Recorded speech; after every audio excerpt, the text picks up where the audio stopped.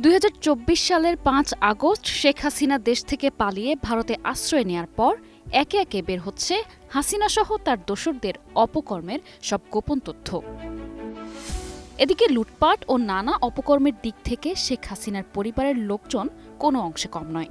হাসিনা সরকারের পতনের পর তার পরিবারের সদস্যদের বিরুদ্ধে নানা অনিয়ম ও দুর্নীতির গোপন তথ্য প্রকাশ্যে আসতে শুরু করেছে। সম্প্রতি হাসিনা পুত্র সজীব ওয়াজেদ জয়ের এতদিনের ধামাচাপা দেয়া তথ্য প্রকাশ্যে এসেছে। সজীব ওয়াজেদ জয় তার ডিভোর্সের খবর সম্প্রতি ফেসবুকে প্রকাশ করেছেন।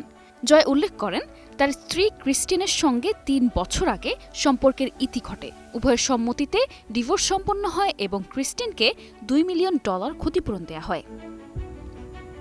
জয়ের বিরুদ্ধে যুক্তরাষ্ট্রের ফেডারেল ব্যুরো অফ ইনভেস্টিগেশন একটি প্রতিবেদন প্রকাশ করেছে।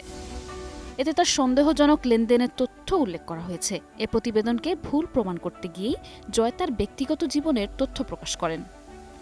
অপরদিকে শেখ হাসিনার মেয়ে সাইমা ওয়াজেদ পুতুলের ডিভোর্সও বিতর্কিত হয়ে ওঠে। জানা গেছে, পুতুলের স্বামী বিদেশে টাকা পাচার করতে গিয়ে ধরা পড়ার পর তাদের বিচ্ছেদ ঘটে। এছাড়া পূর্বাচলে প্লট বরাদ্দের দুর্নীতির অভিযোগে দুর্নীতি দমন কমিশন পুতুল, শেখ হাসিনা এবং আরও 16 জনের বিরুদ্ধে মামলা করেছে। শেখ হাসিনার পরিবারের সদস্যদের বিরুদ্ধে রূপপুর প্রকল্প থেকে $5 মিলিয়ন আত্মসাতের অভিযোগেও তদন্ত চলছে। এতে জয় এবং সদ্য পদত্যাগ করা টিউলিপ সিদ্দিক জড়িত বলে উল্লেখ করা হয়েছে। মেঘনা গ্রুপ অফ ইন্ডাস্ট্রিজ, বাংলাদেশের অগ্রযাত্রায় মানুষের আস্থায়। শেখ হাসিনার পতনের পর দেশের রাজনৈতিক অঙ্গনে একের পর এক নতুন বিতর্কের সৃষ্টি হচ্ছে। সেই সাথে তার পরিবারের সদস্যদের অনিয়মের বিষয়গুলো আরও স্পষ্টভাবে সামনে আসছে, যা দেশ বিদেশে ব্যাপক আলোচনার জন্ম দিয়েছে।